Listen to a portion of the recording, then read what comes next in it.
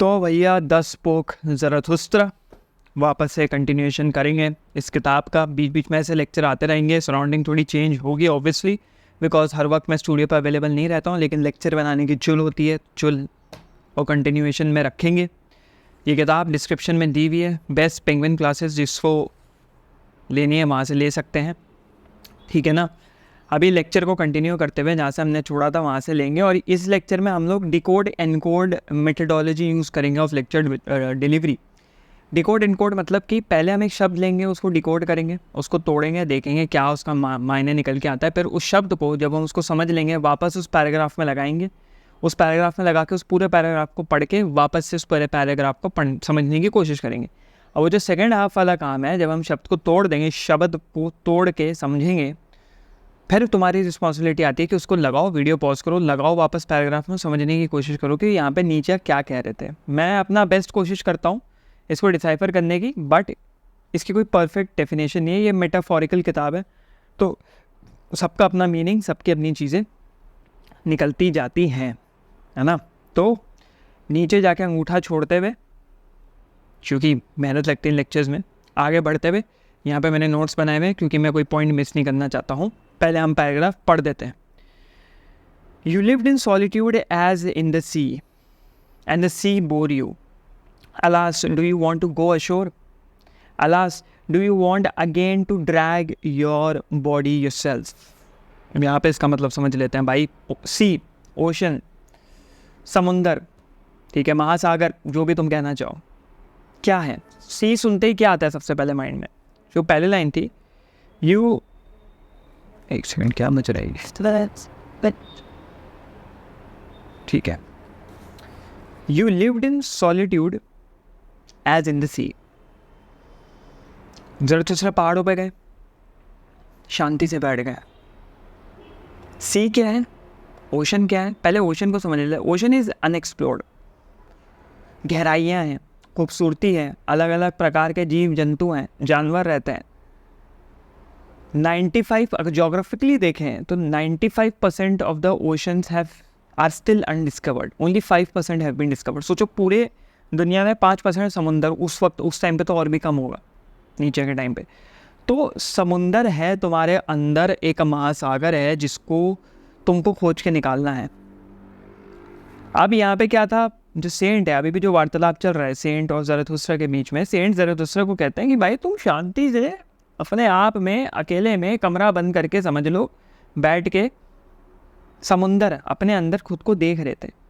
And C bore you, और तुमको boring लगने लग गया वो समुंदर। अरे भाई तुम किस तरीके से उसमें बोर हो सकते हो? ये तो मनुष्यत वाली बात हो गई ना। तो इतना कुछ खोजने को है, इतना अनएक्सप्लोर्ड चीज़ें हैं, और तुम बोर होके वापस क्या करने चाहते हो? Alas do you want to go ashore. अब यहाँ पे अशोर का मतलब हम समझ लेते, उससे पहले बोर का थोड़ा समझ लेते हैं मतलब। और बोर एक बहुत सीरियस एलिगेशन था ज़रथुस्त्र के ऊपर सेंट के द्वारा। अब सेंट ना यहाँ पे क्या करने की कोशिश कर रहा है, वो ज़रथुस्त्र को रोकने की कोशिश कर रहा है कम्फर्ट में, किसी भी तरीके से। जैसे होता है ना, रिश्तेदार होते हैं, लोग होते हैं, तुम्हें रोकने की कोशिश करते हैं आगे बढ़ने से, कुछ भी नया काम करने से, कंफर्ट लेवल से हटने से, है ना। बदतमीज़ी करेंगे, गाली गलौज करेंगे, वही अब सेंट कर रहा है, एग्रेशन का इस्तेमाल कर रहा है तुमको रोकने के लिए। मेरे साथ भी होता है, फिलॉसफी के लेक्चर बना रहा हूँ, लोग आके गंदगी करता है कि मैं वैसे लेक्चर हम ना बनाऊँ, लेकिन हम भाई बनाते रहेंगे, क्या फ़र्क पड़ता है? हमें नहीं पड़ता। तो बहुत बड़ा एलिगेशन था, क्योंकि bore is equal to Zarathustra अब और एक्सप्लोरेशन नहीं करना चाहता। ज़रथुस्त्र के अंदर से वो जिज्ञासा, वो रुचि ख़त्म हो गई, वो इंटरेस्ट ख़त्म हो गया बहुत ज़्यादा। हम हिंदी शब्दकोश का प्रयोग कर रहे हैं, बट कोई बात नहीं, पर्यायवाची समझ के आप इसको समझ लें। बहुत ज़्यादा अब जो है ज़रथुस्त्र क्या ऊब चुका है, अब वो और नॉलेज नहीं लेना चाहता। तो इतना बड़ा एलिगेशन उस सेंट ने, वो बूढ़े बाबा ने ज़रथुस्त्र के ऊपर लगाया, ठीक है। अब अशोर का मतलब हम थोड़ा सा यहाँ पे समझ लेते हैं। अशोर एक तरीके से, पहले मैं यहाँ पे जो मैंने लिखा था पढ़ देता हूँ। Is a transition from mainland to sea. A person is all alone at the shore and takes himself to the waters, no one would do that for him. तो एक एग्जाम्पल यहाँ पे ये है, यहाँ पे अशोर का मतलब ये है, अशोर एक ट्रांजिशनरी फेज़ है। केओस में, दुनियादारी में तुम घुले पड़े हो, फिर तुम ट्रांजिशन करते हो और ट्रांजिशन से फिर तुम एक एक्सप्लोरेशन की या विजडम की स्टेज पे जाते हो। वो जो बीच का पार्ट है ना, वो अश्योर है। जैसे समुंदर होता है, बीच बीच पे जो भी गया होगा, ठीक है, सिर्फ इधर उधर ताड़ने के लिए, मज़े करने के लिए भी। एक टैक्सी आई, पूरे शहर से तुम ट्रैफिक से निकलते हुए टैक्सी आई, टैक्सी ने तुमको बीच के बाहर रोक दिया। अब वो टैक्सी वाला तुम्हें जाके पानी तक नहीं छोड़ेगा, वो तुमको शांति, आराम, पानी में जो मिलने वाला है वो तुम खुद को खींच के लेके जाओगे। थक चुके हो, हार चुके हो, ट्रैफिक है, गाड़ी लग गई, इरिटेशन हो रही है, गर्मी हो रही है, लेकिन तुमको जाना है ठंडे पानी में, अपने को आराम देना है। तो तुम चलते हुए जब जा रहे होते हो उस बीच के ऊपर से, तो सेंस ऑफ अचीवमेंट आता है, लेकिन सेंस ऑफ एग्जॉशन आता है। तुम थक चुके हो, लेकिन फिर भी तुम पानी में जाके अपने को रिप्लेनिश करना चाहते हो, रिफ्रेश करना चाहते हो। वही है उसका मतलब, वही है यहाँ पे अशोर का मतलब, विच इज़ कि तुम वापस जाना चाहते हो जहाँ से आए थे। Alas do you want again to drag your body your sales.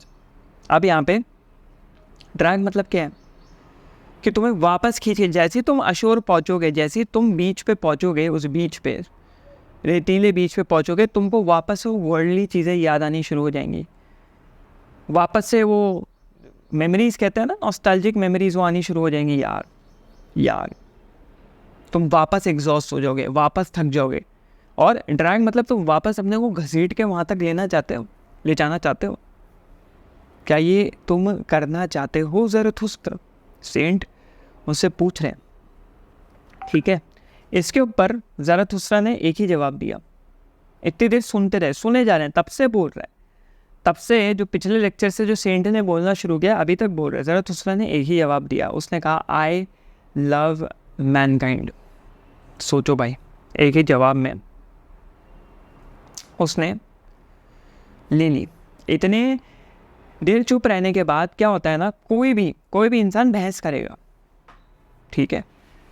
और जो नेगेटिविटी सेंट फैलाने की कोशिश कर रहा था, जो कि ज़रथुस्त्रा के लिए एक नेगेटिविटी थी, वहाँ पे ज़रथुस्त्रा ने वन लाइनर दिया कि भाई मैं तो मैनकाइंड को लव करता हूँ,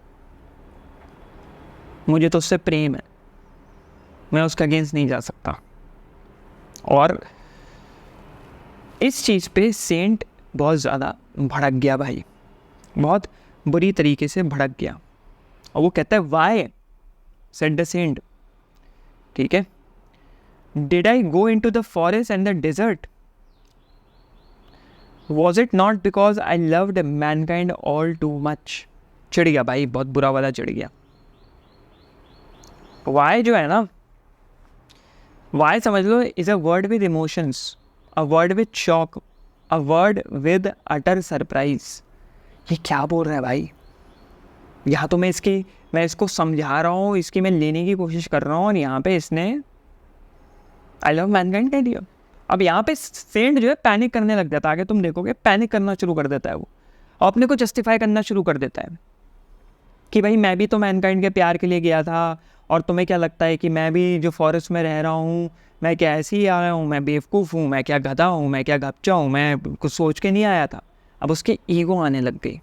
पहले उसने समझाया, यही होता है ना सोसाइटी में, क्या होता है ह्यूमन साइकोलॉजी 101। सोसाइटी में क्या होता है, कोई तुम्हें समझाने आता है, कोई तुमको कुछ समझाता है, तो वो चाहता है कि तुम उसको जवाब दो, तगड़े जवाब दो, तुम उससे झगड़ो, तुम उससे बहस करो कि उसके ऊपर कहने के लिए रहे हाँ इस बंदे ने मुझसे बहस करी। लेकिन तुम क्या करते हो, तमीज़ से बात करते हो, या एक उसको वन लाइनर देते हो।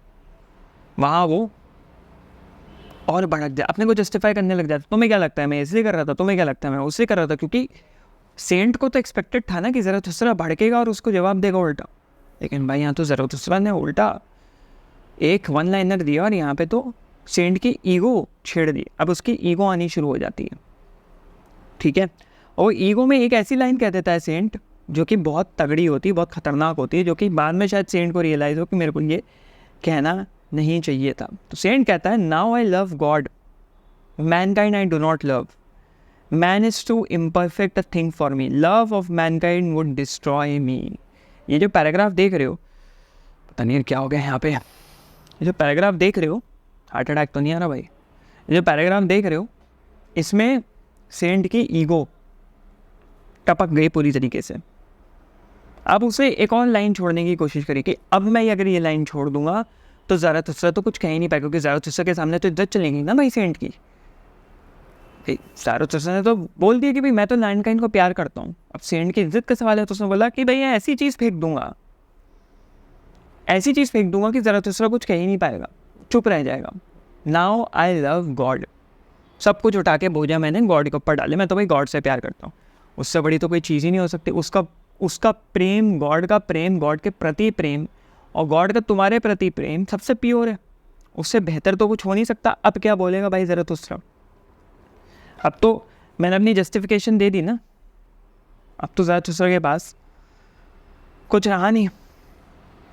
और फिर ये कहने लग गया कि मैनकाइंड वुड डिस्ट्रॉय मी।